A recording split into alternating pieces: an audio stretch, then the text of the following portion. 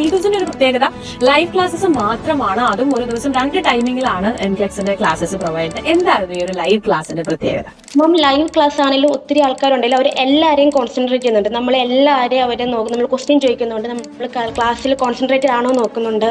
പിന്നെ ജസ്റ്റ് ഇന്ന് ക്ലാസ് കഴിഞ്ഞ് പിറ്റേ ദിവസം അതിന്റെ ക്വസ്റ്റ്യൻസ് വരുന്നുണ്ട്. അപ്പൊ നമ്മളും ജസ്റ്റ് ഒക്കെ ഇന്ന് പഠിച്ച ടോപ്പിക് ഇന്നലെ പഠിക്കണം എന്നൊരു തിങ്കിങ് നമ്മുടെ മൈൻഡിൽ വരും. ഒത്തിരി സ്റ്റുഡൻസ് ഉണ്ടായി കൂടി നമ്മൾ ഡൗട്ട് ചോദിച്ചാൽ നമ്മളെ കോൺസെൻട്രേറ്റ് ചെയ്ത് നമുക്ക് അതിന്റെ റിപ്ലൈ തരും.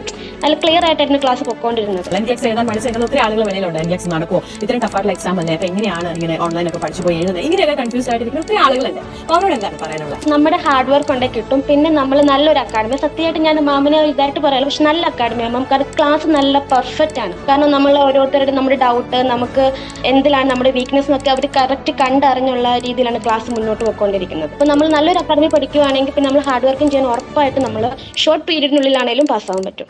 Needus Academy.